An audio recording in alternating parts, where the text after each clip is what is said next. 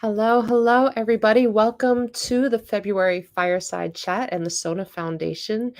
I'm going to be joined in just a moment by our Backline team, Backline Care. Terra Lopez is moderating this event. But first, I want to welcome you to our Fireside Chat series, which is where we talk about mental health with songwriters.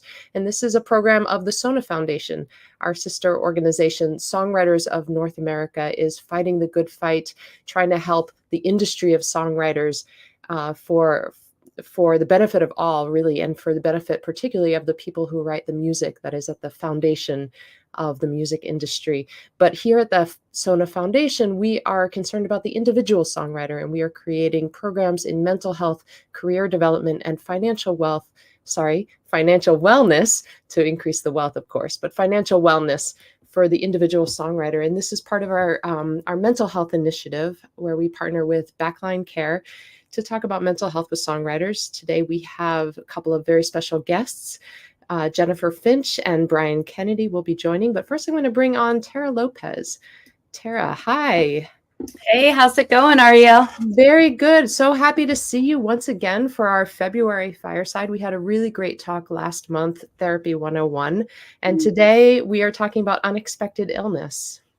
Yes, I'm so excited for this conversation. I think it's so necessary, and our guests are incredible. So very, very excited to moderate this conversation. Well, I'm going to step away and let you introduce our wonderful guests, and I look forward to this whole conversation. I'll see you in a little while. Thank you. Hey, everyone. Thank you so much for joining the Backline and SONA Foundation Fireside Chat. Please feel free to add your questions, comments in the comment section. Ariel from the SONA Foundation is going to be moderating, so we'll get to your questions if you have any.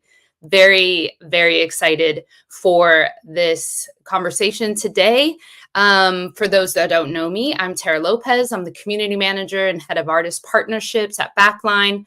As most of you probably know, Backline is a resource hub for the music industry, and we aim to provide the industry with as many tools and resources as possible to support mental health and wellness. And as you know, we've teamed up with the SONA Foundation for these really incredible monthly fireside chats. So today we have some incredible guests. We have Jennifer Finch, who I'm kind of fangirling. She has been a prominent figure and a profound influence in the music industry, in the alternative art scene, in the cultural landscape, really, since the late 1980s. Her iconic band, L7, has released 8 studio albums, and Jennifer's songs have been featured in over 400 television and film releases, which is wild. In 2011, Jennifer was unexpectedly diagnosed with some severe illnesses, including thyroid cancer, and that really pivoted her relationship to her career of touring, creating, and producing music and art. So we're going to get more into her story in a bit. We also have incredible guest Brian Kennedy, a 4-time Grammy Award-winning songwriter and producer. He's worked with everyone from Rihanna, Jennifer Hudson, Smokey Robinson, Dr. Dre, and just so many more. Brian has struggled with kidney failure for 8 years before receiving a kidney from his brother 2 years ago.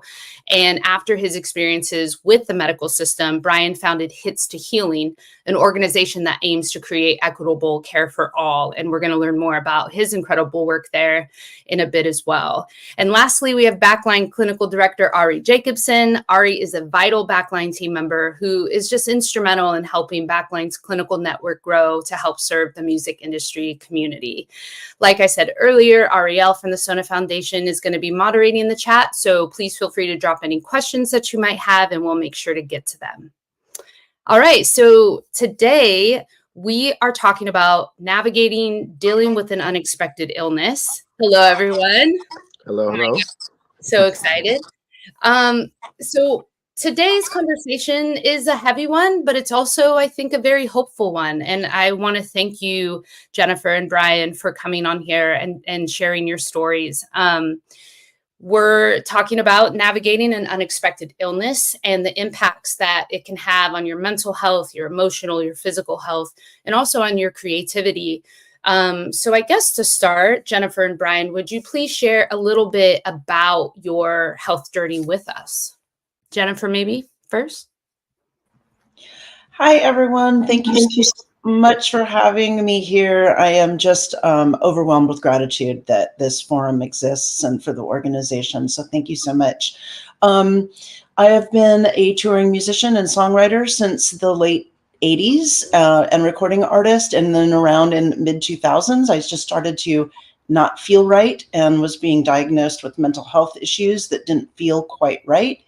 And then gratefully or ungratefully, I had a diagnosis of adendomyosis where my uterus was sort of attaching to my kidneys, right? And I went in for emergency surgery. And while I was having the surgery, one of the doctors said, "What's that lump on your throat?" And I hadn't even recognized a lump on my throat.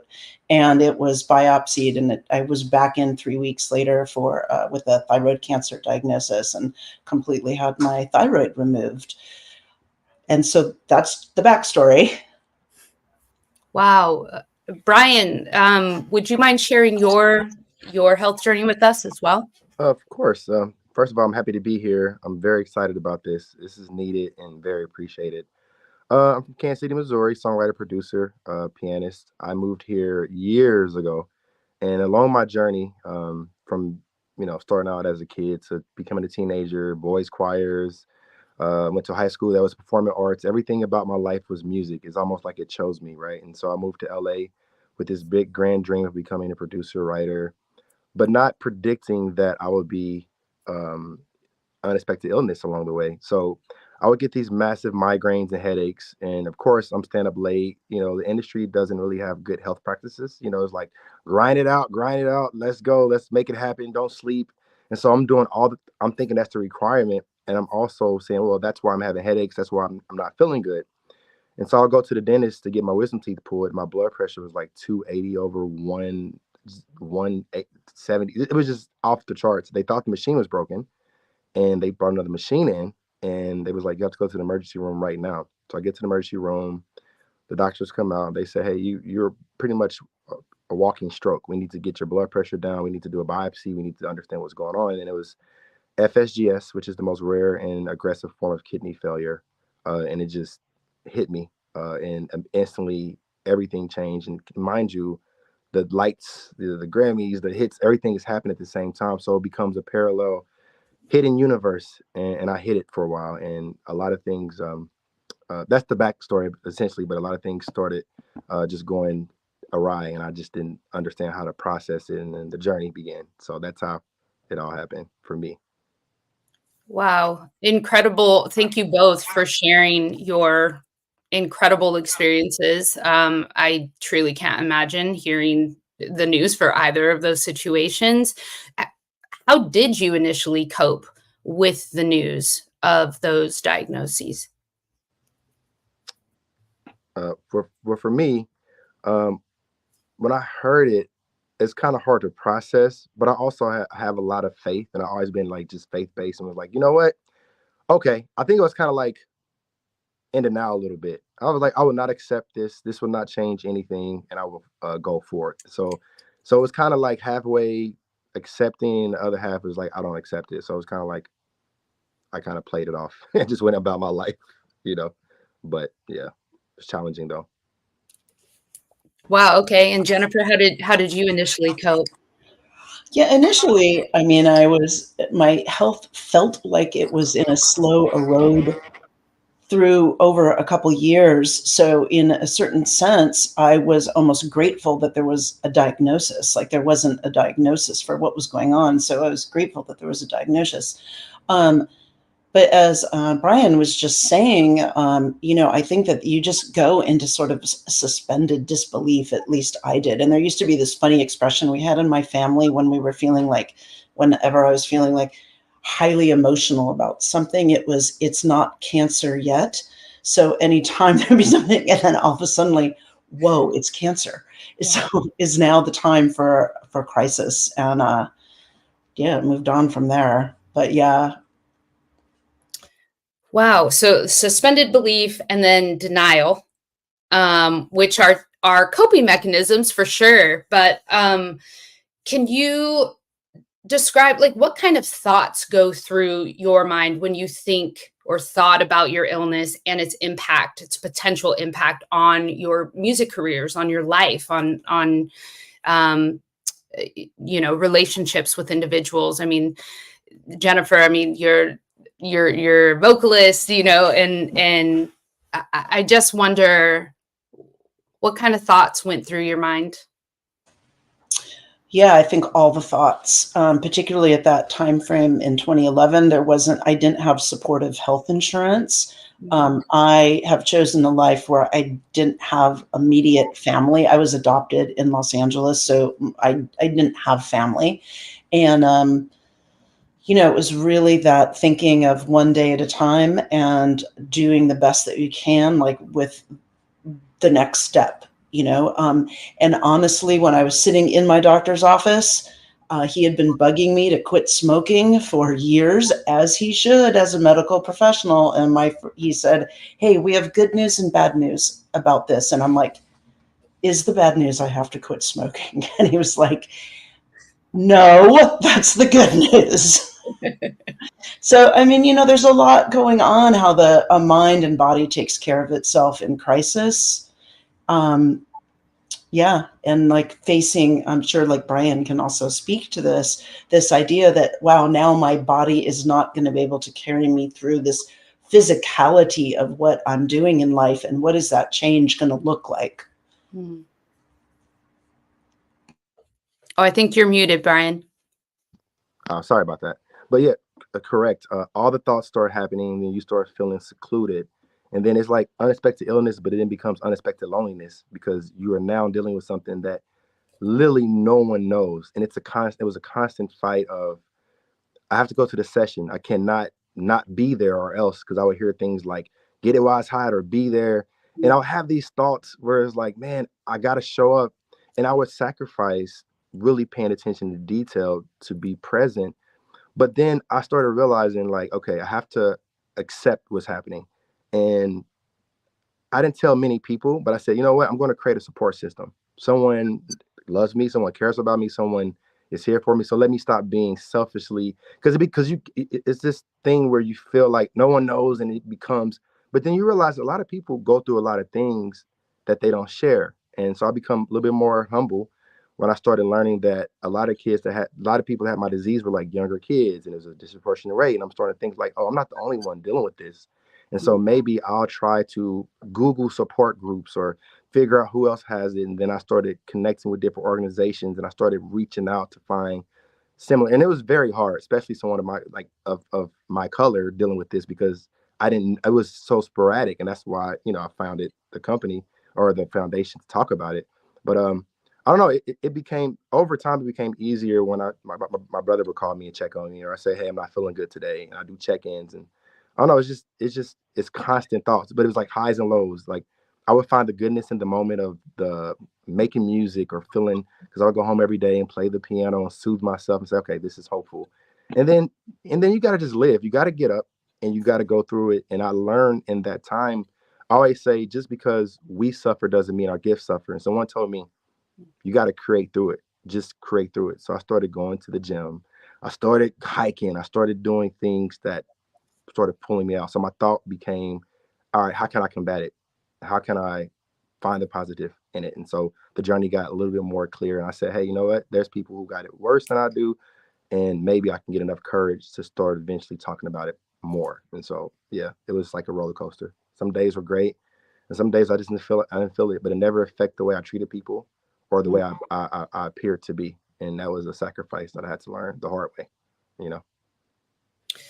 That's incredible, Brian, that you were able to create through it and find various ways to cope with the gym, hiking, and also creating a support system around you, and at least letting some folks in your life, even if it was just one, know what's going on with you. I think that's so, so important, because you mentioned experiencing that loneliness, which is so easy to really fall into, thinking that, you're the only one feeling this way. But then even just being able to seek out support, you kind of see like others are going through things. Jennifer, how did you cope? What helped you kind of through that process? Yeah, it's really interesting. Like even moving through life right now, it was such like I think the entire tactic of my generation is a type of denial and not really like processing through. So, or just the faith that I would process through it as time moved on when it was appropriate. I, I was bedridden for almost 3 years afterwards. And when I say bedridden, it's not complete. There would be times of maybe like a little bit more productivity. And as Brian was saying, like a lot of our industry is based on this like management by fire. It needs to get done. This deadline's now. And like everything is really, milestone focused in like, here's what you do. You write the song, you release the song, you have studio deadlines. You have touring deadlines, marketing deadlines. And I realized that I really had to remove myself. There's the professional aspect, of course, and the creative aspect. And I'm just going to say the professional aspect, I was removed from that. Like I couldn't show up and compete in the environment professionally. And, in parallel universes, I was also a program software developer. So I was able to stay in and be able to continue to work in a way that was not, being on the road and touring. Creatively, I had to really redefine what creativity meant. I couldn't get up to the keyboards. I couldn't hold an instrument while standing. So it really ended up being sitting up in bed, maybe taking photographs of my environment, maybe texting 5 other fellows, friends, or family members that I could just say, I'm awake, really exploring the idea that opening my window and looking out was an act of creativity. Besides producing or being in this productivity of like this artifact, I'm trying to like create this creative artifact and really redefining that.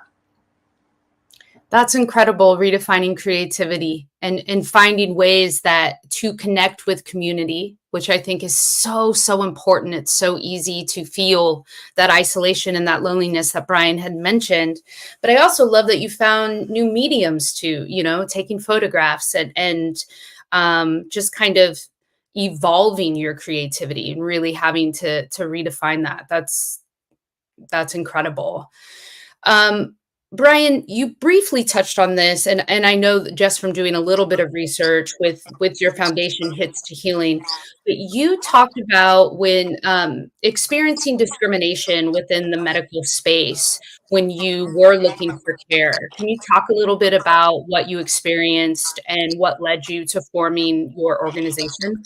Absolutely. Yes, for sure. I didn't know I was being discriminated because I was always brought up to feel like the doctors got the coats on, they know the information. And a lot of us as people don't understand the patient advocacy or preventive healthcare. Like our doctors, we have a relationship with them. If it don't work, go to the next. And so I originally, my brother, so all 4 of my siblings was a perfect match for my kidney, but it wouldn't get approved by a certain institution in LA. And I thought, okay, well, maybe that's normal, but I have 4 kidneys and I ended up going to Kansas City, Missouri to do it. And they said, switch the list, come to Kansas City, we have better care. And I was like, well, what other reason that I wouldn't be able to get a kidney failure? I mean, get my kidney transplant if it wasn't for something of that caliber. And so as I started doing my research, I realized I'm like, oh, it's a lot of disconnect in conversation and connection. So the National Kidney Foundation reached out, the Cure Kidney Foundation reached out and said, hey, we would love you to come in and represent, your people in a sense. And also, when I think about inclusion and diversity, is educating everyone. My people was humans. I'm humanitarian first, right? But I also know that what I dealt with shouldn't have been dealt with. Obviously, working with some of the celebrities I've worked with, the doctor started putting 2 and 2 together and was like, oh, I didn't know you know Rihanna and blah, blah, blah. And I said, oh, wow. So now I'm getting treated based on status. And so when I started doing these conversations and talking to these doctors and some of these institutions, I realized it was just a disconnect, almost ignorance. And I said, well, let me create something that can reach, teach, and connect. And that's what we do. My wife and I sat back and was like, well, how can we share information in a healthy way where everyone feels inclusive to learn about it, because the more we all know about it, the more we can move along. And I'm really excited to say that it's been so many different changes. And I see the fact the disconnect was just communication. So when I go to these organizations and the way they would show commercials or the way they would talk about people of color, and it's like nobody in the room was a person of color except me. I was like, no, no, no, no. This is the wrong language. This is the wrong setup. And I said, oh, y'all really want to help. And so I've just started building the model around Reach, Teach, Connect. And we've collaborated with American Heart Association, National Kidney Foundation, Northwest Kidney Center. I'm working with Goodwill International, working with like JPL and all these different exciting initiatives happening. And that was pretty much like the inspiration behind doing that, was just to say we can reach each other, teach each other, and connect, and share the human experience versus what we think about on paper or what we learned about based on stereotypes or whatever. It can be better. So the good news is it's a lot of changes being made, and a lot of organizations want to help, and they're willing to listen, learn, and I'm also willing to also listen to learn and connect both sides. So trust equity is what it is. If we don't trust each other, we essentially can't be a community. That's the most important thing about being in this community, is trusting each other. And that's what I want to help build for everyone. Thank you so much for doing that work, Ryan. That is incredible. And also being willing to have those conversations and do that work. That's a lot of work to, go into the room and have those conversations. That's not easy, but it's so important. You mentioned advocating for yourself and kind of knowing how to talk to doctors in the first place, and educating yourself first and foremost. Jennifer, I know that you also experienced a disconnect, right? With your doctors kind of not understanding that your lifestyle, you're a musician, you're a performer. Can you talk a little bit about what your experience? Yeah, I'm blown away by Brian's experience. Thank you so much for the work that you're doing, because my,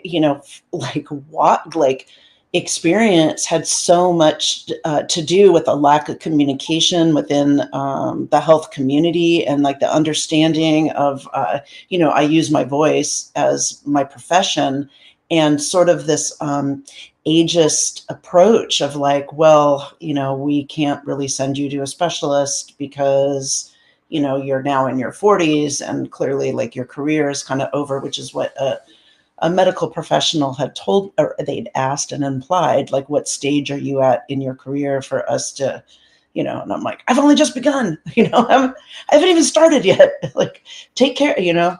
And just that kind of communication. Also, my cancer was bolted on to like what would be a woman's issue.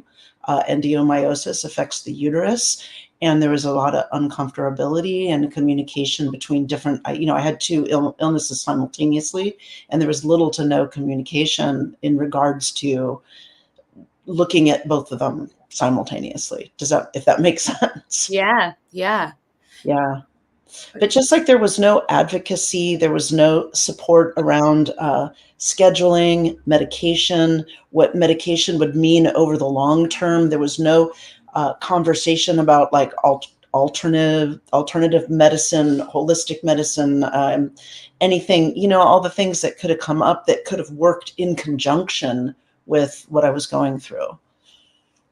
And I was too exhausted to have those conversations or do that research myself. So it felt very isolating. Right. And I'm sure overwhelming to, again, be dealing with these illnesses, not feeling good. And then on top of that, really having to advocate for yourself and educate others that are supposed to hopefully help you in your process. That is a lot to carry. I guess I want to talk about what other mental health care strategies did y'all utilize in those days where it felt overwhelming, where, Brian and Jennifer, you both talked about certain days where you did have faith and you did have that lightness, but then there were other days where you felt completely overwhelmed. What got you through those times? First of all, Jennifer, you hit the nail on the head with the medications and the support. And I'm so happy that you got through and you're advocating. Like, your story is very encouraging. Just so I want to acknowledge you and acknowledge that, first of all, because medications have side effects, and then we don't know if it's side effects or if it's so I was like, wow. For me, I think what really changed scheduling. I was like, okay, Brian, you got to get a routine, because if I live in this repetitive nature of just I do what I feel like doing, then it's not going to end well. Because I had some serious thoughts. I said, so what if I set my alarm clock to get up 8 a.m., go on a walk, get some nature, drink some water, get some sleep, have healthy conversations, force myself to do it, because your body will start, getting used to it. And so for me, what kind of got me into a space of like, because we got it, like even we go through it, we got to live through it. Like that's it. Like I'm still, kidney transplant is not a cure, it's a treatment.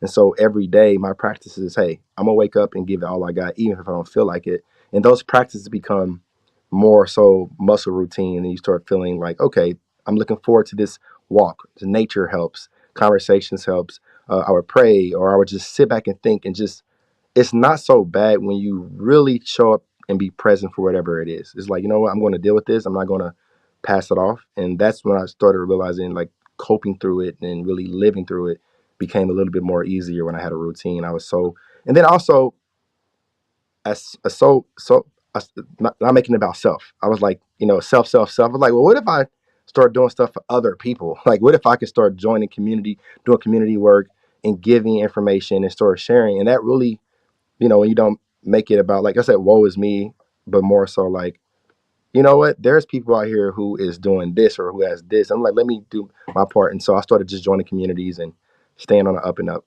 And that really, really, really helped. Wow, being of service, and in a time where you're not feeling your best self, that's incredible. And also creating that routine, which is so important to feel some sense of normalcy and some sense of comfort. Jennifer, what strategies helped you out? The same. I mean, Brian and I are parallel in this, definitely. I'm part of like a spiritual based recovery groups, so I did have some built-in support when I learned how to ask for it. When I learned how to be able to talk about it. And, it was a lot of the women of color in those groups that showed up at my house with toilet paper and paper towel, you know what I mean, who kind of knew what it's like to some of the basic practical things of like, what's your schedule? Because this person is going to come and take you to this doctor, and we're going to keep this notebook, and here's this folder that you can keep all the printouts in. And then when I was ready to be able to like up and leave, I could go to meetups, and just service sometimes was just showing up. In other times it was connecting with other, addiction-based recovery groups, of connecting with newcomers that were coming into the community, and just letting them know we can deal with anything, and kind of holding that space, and holding that hope. That's beautiful, and just so inspiring to know that there was a community around you, both of you, that was there and willing to step up and help, you in your day-to-day and navigating that. Ari, I want to have you jump in as the licensed professional to for those watching, which the comment chat box is going off. I love that. What can folks do who are watching this, or who will watch this conversation, and maybe they're in the early parts of their health journey? What can folks do to manage the emotional impact of receiving an unexpected diagnosis? Sure. And first off, I just want to, Brian and Jennifer, thank you so much for sharing all this. It's an honor, honestly, to be part of this conversation with you, and your stories are both absolutely incredible. But, it's actually, I would say Brian and Jennifer really kind of knocked it out of the park already. The first thing that you always want to pay attention to is just recognizing the emotions that you're having, and accept the fact that you're going to have a wide range of emotions. It's the idea that it's okay to have the emotions, and it's okay to be angry or scared or sad or whatever it might be. It's a big life change, and it could really change the way that you've been living your life, as we've seen. And so to acknowledge those emotions and not stray away from them, and to just accept them, and to learn how to work with them. The behaviors as the reactivity to those emotions are what you want to pay attention to, and make sure that you're doing things that are proper responses to those emotions and not reacting because of the emotions. You also want to seek out professional support. There are a lot of people who are really, really good at working with people who are in this exact type of situation and have a lot of really great expertise. So to take that time and to really focus on yourself, and to know that, as we've talked about here today, just developing a routine, and part of that routine is focusing on yourself and putting that time in your schedule where you're doing nothing else but focusing on yourself. This can be a really safe space to express yourself and to understand and unpack some of the emotions that you're having, and learn some really tangible tools as some of those things come in.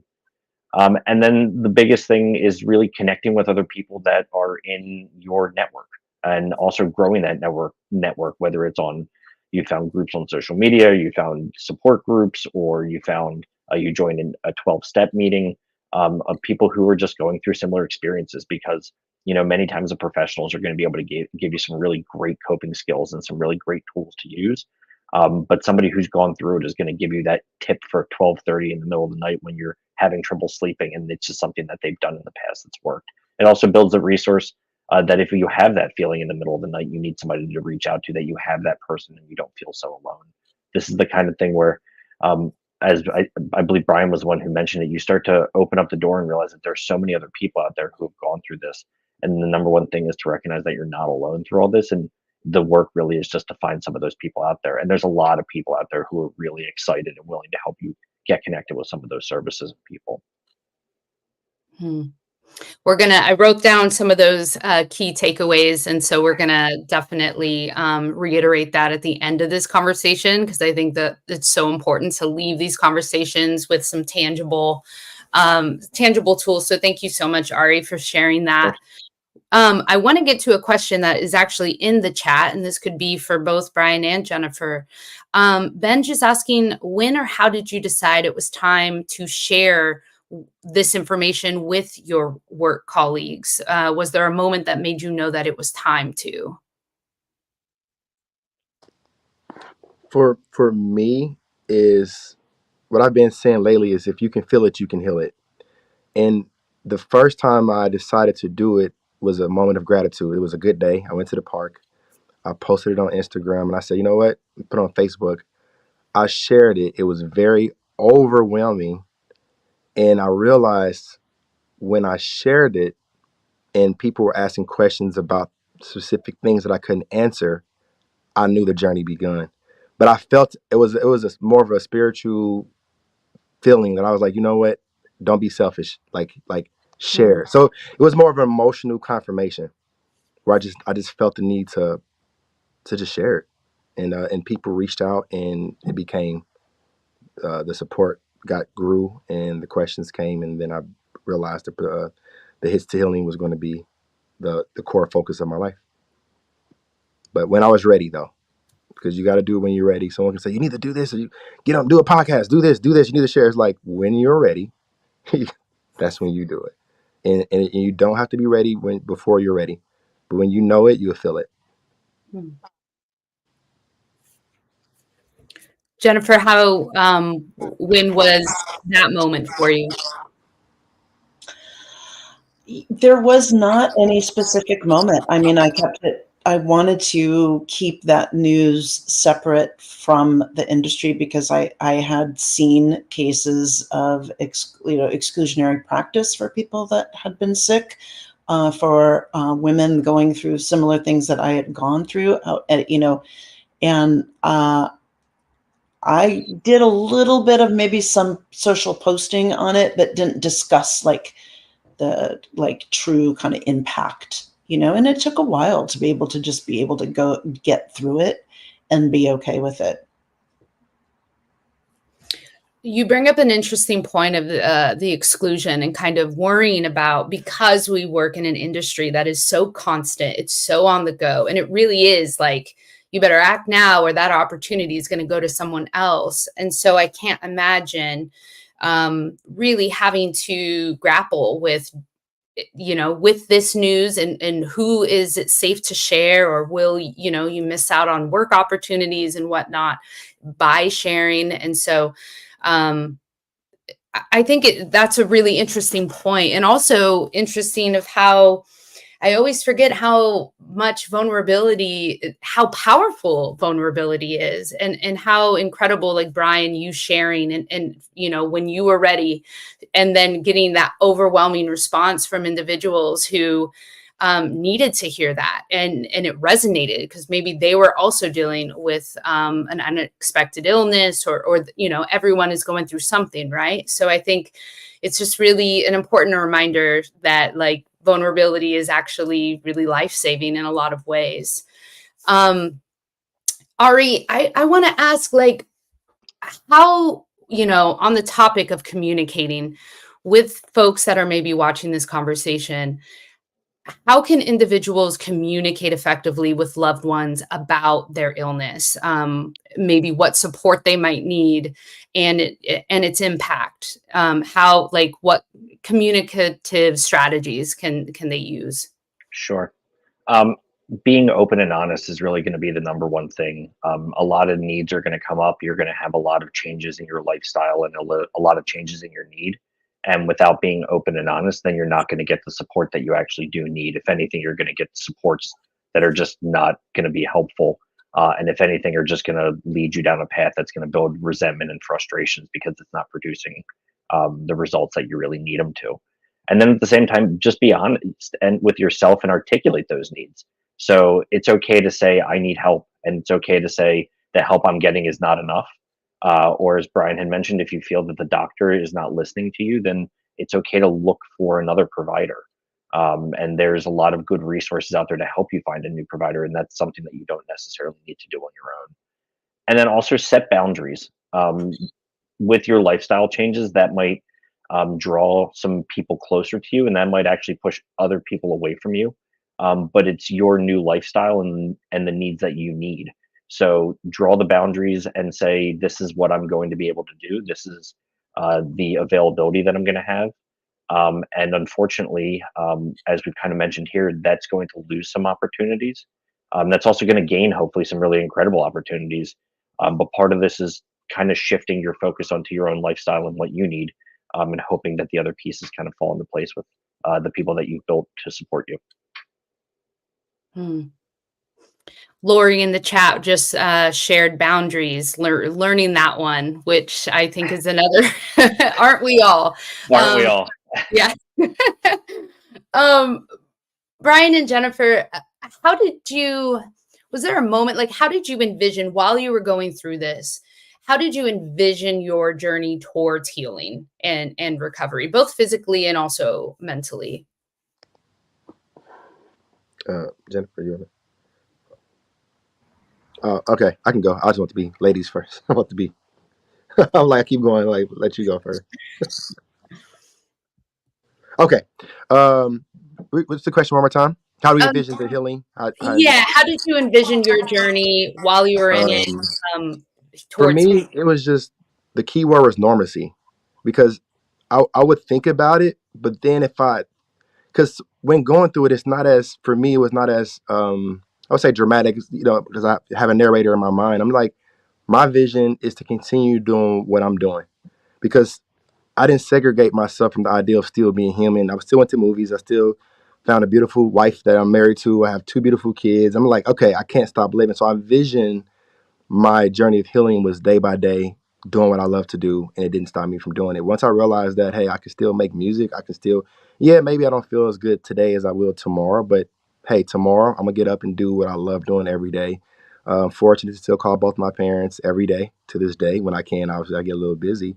And to me, my journey of healing was just being alive and having the gratitude for what I did have. Because I can tell you all the wrongs in my life, but I can also tell you all the beautiful rights that happens on a constant. And there's more rights than there's wrongs. And you just start leaning into it. That's the simple, for me, it's like getting up on the left side of the bed or the right side of the bed. Sometimes it's a choice. Sometimes you involuntarily feel like trash. And then some days you're going to be like, I'm going to choose. I'm just going to smile at the first person and just say, hey, how are you? And then it's just chain reaction. So to me, my healing journey is still happening.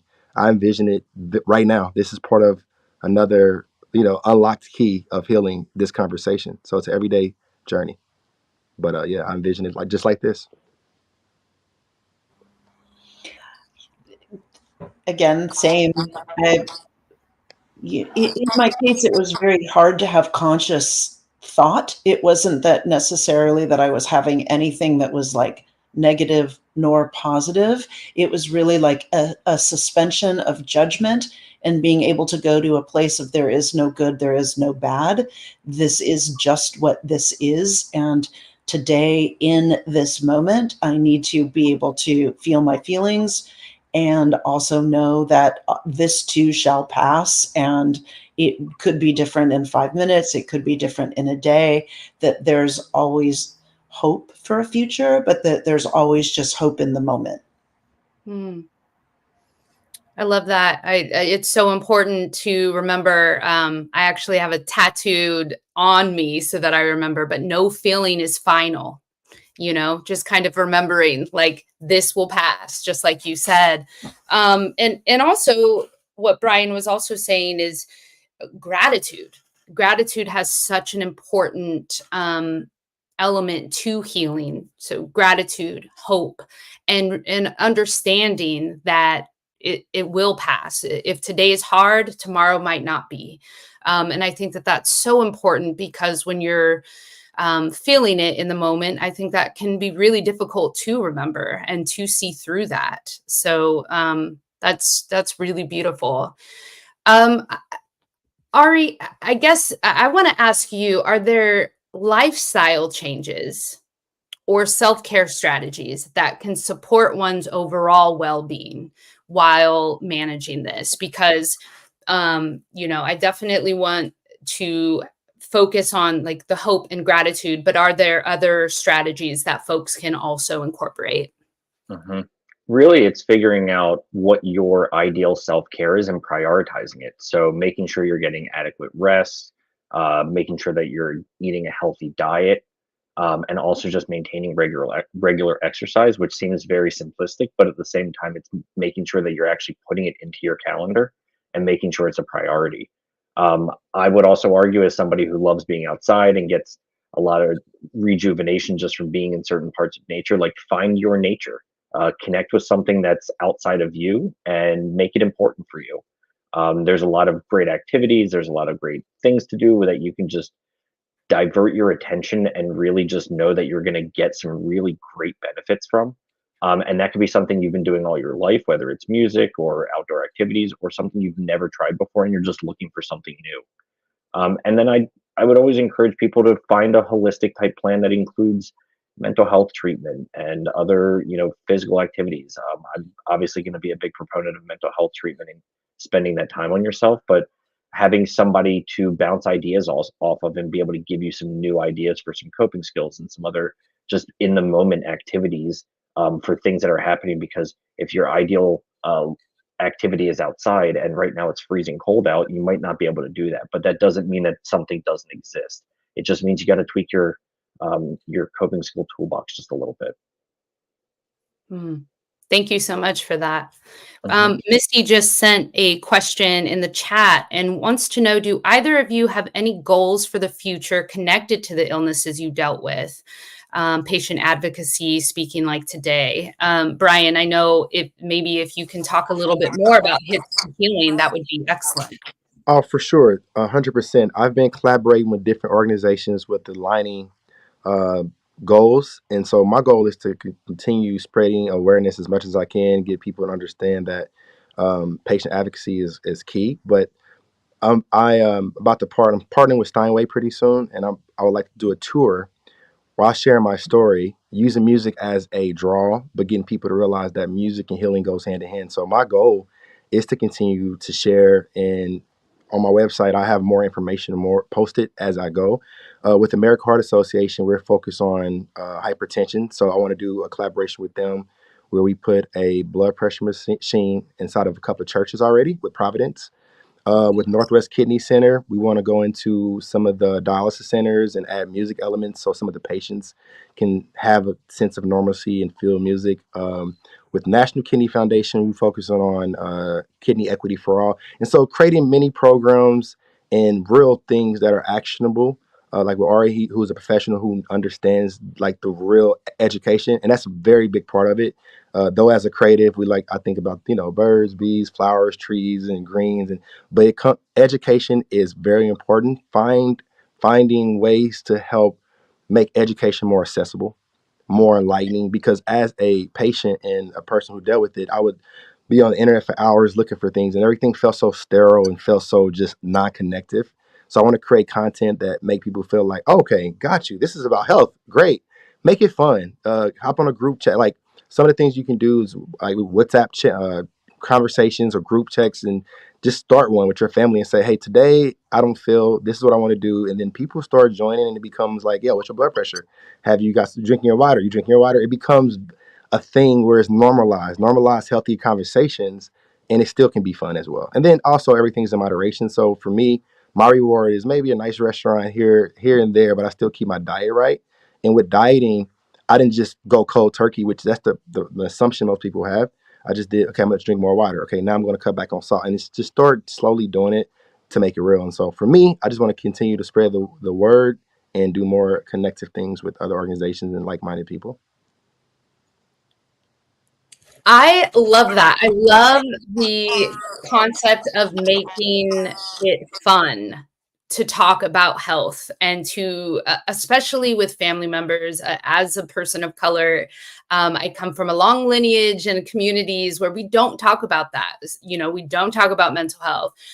We don't talk about healthcare in general, or how we're feeling, or what we're doing. And so it is so important to break down those barriers, and to talk, to talk with your mom, to talk with your dad about their health and your health. I love making it fun to kind of just check in on one another, and also check in on yourself, which inevitably impacts mental health, physical, emotional health. I love that. I know that we only have about 10-ish minutes or so. So I want to be mindful of everyone's time. If you have more questions, please, this is the time now to throw them in the chat. Okay, Elle just did. All right. So what music, movies, TV, media, art helped you through your healing journeys? And how did the journey shift the way you write and create? That is a great question, Elle. Jennifer, you want to hop in first? Yeah, I think the first thing that comes to mind is I started to get back into playing video games, because that's what I had access to. And I started to be in community with people that were playing games. And that's sort of where we started talking about mental health and health while battling dragons and, beating up bad guys, could still feel kind of feelings of creating solution and generating excitement and looking forward to seeing everybody on our Sunday night raid. So I'm not suggesting it, but I'm just saying there's all kinds of pivots and portals that we can look at, that there isn't we're never at the end of the road, that we're only at a portal, which is also kind of a gaming terminology as well, to move from one space to the next, and it's going to be okay. And that's, how did it affect my songwriting? I don't know. I still write about dumb stuff. So we'll see. That's incredible. For me, I created in 2020, I made an album for every month of the year before the pandemic happened. And I was feeling, so just to give you context, I had my own pandemic. After I had my transplant, I had to cover my mask. I had a mask. I couldn't be around people. So I was already professionally trained to be in the pandemic. I said, well, you know what? The whole world's joining what I went through. I said, so what did I do? And so I created 12 piano albums, instrumental albums, and I helped other people name them based on the emotions they felt. And as a writer producer, I said, I'm going to create what I feel. And usually with that happens, it's very telling. It's like your spiritual identity revealing something. And so what it did for me while I was doing it, just to do it, I created a thing called Soothing Sundays. And on Sundays, I would play IG Live, Facebook Live, and everyone would just come, like this community would, come and join. And like James Tony from IMAX, Jennifer Geyser from Bravo Television, Jordan Peele, it just started having people sitting in. And as I was doing what I love to do, it kind of launched my career, because I quit a few times. I said, I quit. I'm not doing this. I'm going to do what I love. And lo and behold, what I love turned into scoring movies with like Bill Burr and doing this and doing that. And so it changed my creativity because I allowed my vulnerability to lead the melody, lead the consciousness of what I was playing versus just like, who should I write for? What should I write for? I still write dumb stuff too, though, because I'm like, who knows, I write vibes and melodies, but it helped lead me into a more vulnerable place where it gave me a new confidence into which now when I'm dealing with labels or dealing with artists, I'm just like, yeah, you can tell me left, right, up, down. I'm going to do what I feel and what's going to service the artist and the art. And whatever happens, happens. And it's been happening to where it works out that all the songs that's happening. So, yeah. So having that perspective, it sounds like from both of you, it really distilled what was important and, kind of took away all of the other pressures in the industry nonsense sometimes and actually showed you like, this is what I care about. This is what I want to do. And I love that whether it was playing video games or going live on Instagram, the overall arc really is community and connection. And just knowing that there are others who, one, are going through what you're already, what you're going through or similar experiences, and just having that community, which is so important to get through anything in life, let alone these extreme challenges that y'all both faced. I want to wrap up a little bit with Ari. I guess I want to just ask you if there are some ways to maintain a sense of normalcy, like we had talked about a little bit. Is there, anything that you would like folks who are listening in to kind of take away on, you just got this news? What are some ways to kind of adjust? We know we talked about a routine, creating that routine, which is so important. Is there anything else that you think that you would like to share? Yeah, I think the one tip and thought that we haven't really talked about is recognizing that, especially once you've gotten that diagnosis and that lifestyle has changed, that you're going to try something to make you feel better or to develop a sense of normalcy, and it probably isn't going to work. And it's okay to know that it's not necessarily a failure. It's you tried something and it's a success to know that that's not going to work now. So just because you've tried playing video games and you're frustrated because you're not as good as you were when you were 13, find the next one, whether that's then getting back into the studio and playing for yourself or starting to take some walks outside. Part of normalcy is the exploration phase, and the exploration phase can happen for forever. And so just allowing yourself not to feel complacent and to not feel that this is how everything has to be. And also to know that just because something used to really work and now it's not working, doesn't mean it doesn't have to work at all. You just have to kind of figure out some of the tips and tricks about actually getting that thing to fit into your new lifestyle. And a lot of that really is just trial and error. But trust yourself and allow yourself to fail, because once you allow yourself to fail, then you allow yourself to try again. I love that. I love that.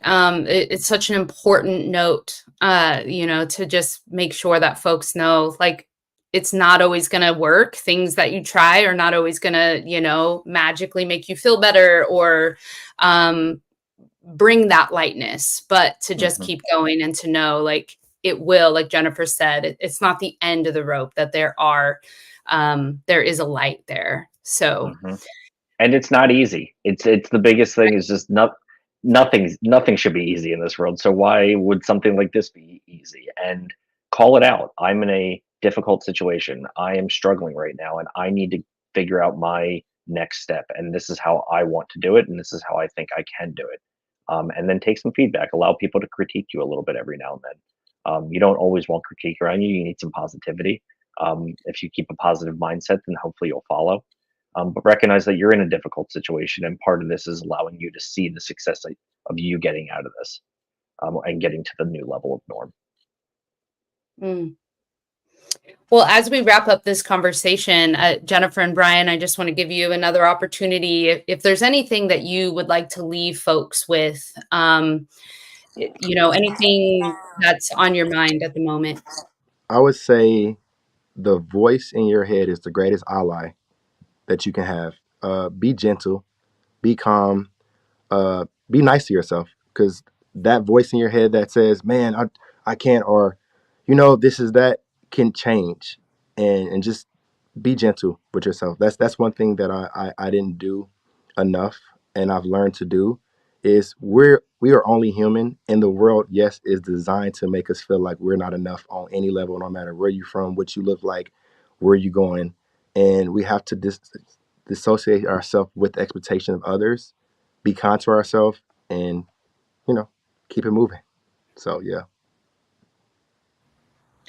Yeah, where Brian's taking like the spiritual path, I would just add in, understand before there's a crisis what your health plans look like, and think about preventative. And when you do have a friend or a family member who gets sick, show up for them in like different supportive ways. Like, nothing was more challenging when people would say, hey, if you need any support, let me know. Because I didn't know what support I needed. So I think when kind of showing up for other people and taking a look at what support they need, and being able to offer what it could look like, can also save your own life down the line. That is so important, because I can't tell you how many times I have said that very same thing to friends, thinking I'm here to help. But that's so important to know. Maybe, think of ways that you can actually show up for folks instead of putting that onus on them. Because at the time, like you said, what do you need? What does support look like? So that's so important. Thank you for that. I'm taking that to heart, for next time. And also preventative measures, taking preventative measures in our healthcare. So then that way we can hopefully, be as prepared as possible for the unexpected. So yeah, thank you both so much. So I want to just end this conversation with a few key takeaways. This conversation, one, thank you. It was really inspiring. I know we're starting to see a lot of folks in the chat say the same thing, but it was just so incredible to hear how hopeful both of you have been through this experience, are through this experience, and also key takeaways: community, lean on your people, and know that there are people out there. I think that is so important. And also accept those emotions, accept the scary emotions, accept the heavy emotions, and accept the joy, and know and create that routine, that normalcy, like Brian was saying. And also, Ari, of course, seek out professional help if you need it. That is so important. So I want to thank you all so much for joining this conversation. It was incredible and so needed. So thank you, Brian. Thank you, Jennifer. Thank you, Ari. Hi, Ariel. Wow, that was a great conversation, wasn't it? It was so powerful. I'm just my mind is reeling with all of the positive energy, despite these scary situations and these potentially, obviously, life-changing situations. Both Jennifer and Brian were able to find the light. And it, not to say that it wasn't hard and that there aren't hard days, but the fact that they were able to evolve and pivot and kind of redefine creativity and redefine life is just really inspiring.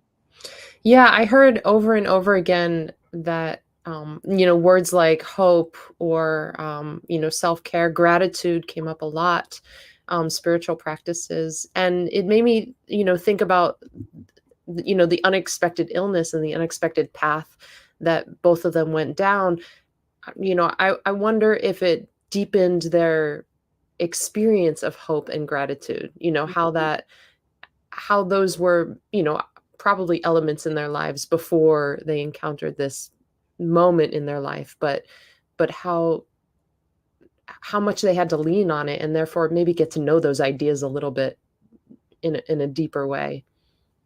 Yeah, I mean, I can only imagine the levels and perspectives that going through something like that gives someone. But I don't know. I just feel so honored to have been able to share that space, and definitely am taking a lot. I took a whole page of notes.